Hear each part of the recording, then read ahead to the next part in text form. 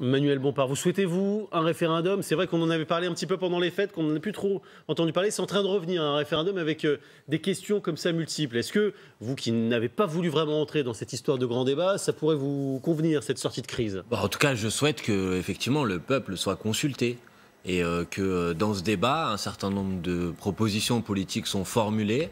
Certaines revendications remontent de la mobilisation des Gilets jaunes. Ouais. Un certain nombre d'entre elles sont contradictoires avec les engagements ou la politique qui a été mise en place par le gouvernement depuis 18 mois. Et il me paraît effectivement légitime qu'à la fin de ce grand débat, ce soit le peuple qui tranche et pas le président de la République qui fasse le tri tout seul entre les idées qui lui conviennent et les idées qui lui conviennent pas. Donc effectivement, si on allait vers une consultation populaire, soit sous la forme de référendum, soit, moi je le dis aussi, sous forme d'une dissolution, parce que qu'est-ce qu'autre chose qu'une dissolution qu'un retour à un débat national qui se tranche. Oui, c'est plutôt la dissolution.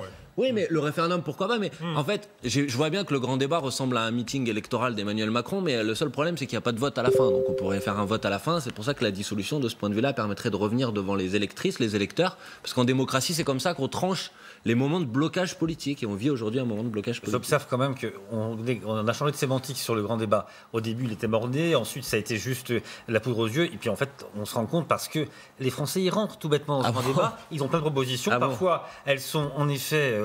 en décalage avec ce que vous avez entendu autre chose là? Non, c'est terminé. Parfois aussi elles sont en décalage avec ce que disent les Gilets jaunes, parce que c'est une partie de la France qui s'exprime au travers de cette crispation qui se manifeste par les Gilets jaunes, mais une autre partie a d'autres choses à dire. Il y aura des grandes réformes. Il y aura des grandes réformes à l'issue de ce grand débat, ça vous pouvez en être certain. Et on fait quoi? Vous faites confiance alors? Chèque en blanc. Mais il se trouve que je suis membre de la fameuse CNDP. C'était le hasard. Vous allez pouvoir nous parler de l'article de Mediapart sur le sujet alors? Écoutez, j'avoue que je n'ai pas lu l'article de Mediapart sur le sujet. Celui qui dit que Mme Joanneau s'est retirée parce que vous refusiez de dire que c'est la Commission nationale des débats publics qui allait écrire le rapport final et que vous demandiez que ce soit le gouvernement qui le fasse. C'est absolument faux ça. Ah ben alors... alors répondez sur la procédure, sur la question de l'avance. Avec plaisir. Avec plaisir. On est en train de monter avec notamment Éric Drouet qui réplique avec un communiqué très offensif. Il parle de blessures de guerre. Il appelle à un mouvement sans précédent par tous les moyens utiles et nécessaires, un soulèvement même sans précédent. Manuel Bompard, on sait ce que pense Jean-Luc Mélenchon d'Éric Drouet. Est-ce que ces propos, vous les trouvez excessifs? Non, mais je pense qu'il faut remettre les choses à leur place là.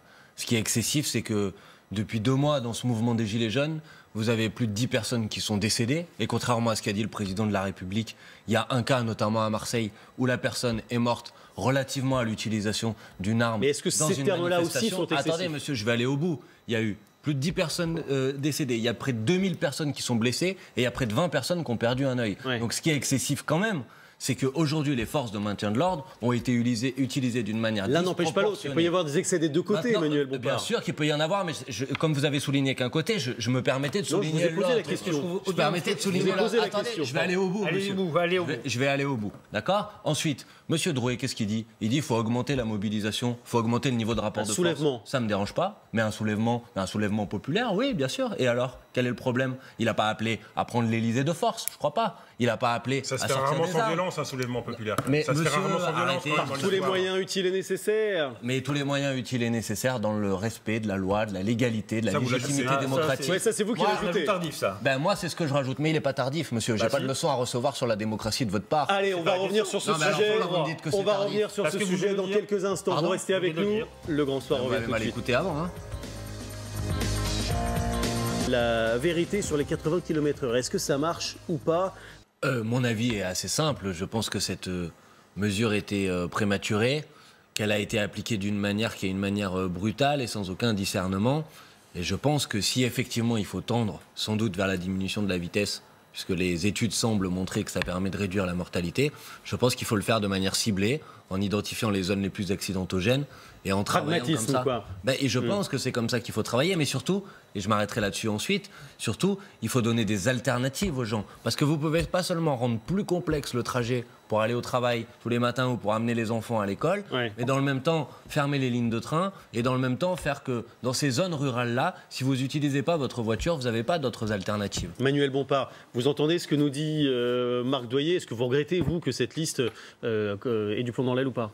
Non, moi ce que je regrette, c'est que dans une démocratie, si on a envie de se présenter à une élection, on a le droit de le faire. C'est le principe de la démocratie. Visiblement, lui se sent empêché, c'est ce qu'il nous a dit. J'ai bien entendu, donc je vous dis que ça, je le regrette. Pour autant, je pense que j'ai entendu, en tout cas, je relais ici ce que j'ai pu entendre sur les ronds-points, dans les manifestations, sur le fait que c'est pas une liste ou cette liste, c'est que l'idée même de présenter une liste aux élections européennes ne me semble pas, des retours que j'ai, une idée majoritaire au sein du mouvement des Gilets jaunes, pour une simple et bonne raison, c'est que les gens ont bien compris que c'est pas l'élection au Parlement européen qui va permettre de régler la question de la lutte contre la vie chère, qui va leur permettre d'avoir davantage de droits de participation démocratique, ou qui va leur permettre d'avoir davantage de justice fiscale. Ouais. Alors vous inquiétez pas, monsieur, on parlera d'Europe, mais je pense que les gens aujourd'hui qui sont dans la rue, ils veulent des réponses tout de suite, pas qu'on leur dise ça va se trancher dans 3 mois aux élections européennes, alors qu'ils savent bien que ce n'est pas les élections européennes qui vont résoudre les problèmes du quotidien. Voilà ce que je comprends, moi, des difficultés que rencontre cette liste à ce présent. Marc Douay, Monsieur, vous ça avez va pas remarqué que la première fois qu'il y a un sondage commandé dans ce pays qui teste l'hypothèse d'une liste des Gilets jaunes, c'est le sondage commandé par La République En Marche. Ça vous paraît pas bizarre?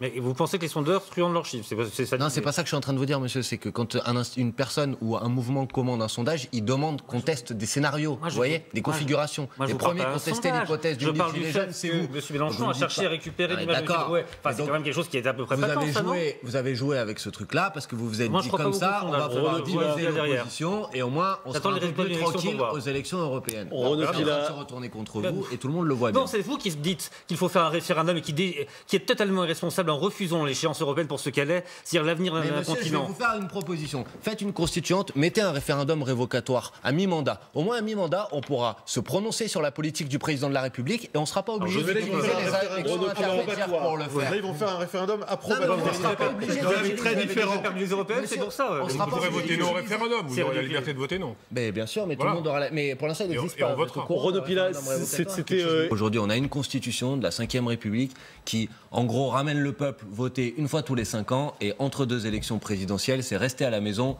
on s'occupe de tout. Et je pense qu'aujourd'hui, il y a une demande mais ça commence de à faire consensus, participation populaire. ça commence à faire consensus. Et ben alors allons-y. Moi, je fais partie d'un mouvement politique qui dit qu'il faut une constituante pour une 6e République. On réécrit ensemble les institutions parce que c'est en se réappropriant les règles du jeu qu'on va pouvoir reconstruire de l'adhésion politique entre les citoyens et la politique de manière générale. Vous voyez, c'est une proposition claire.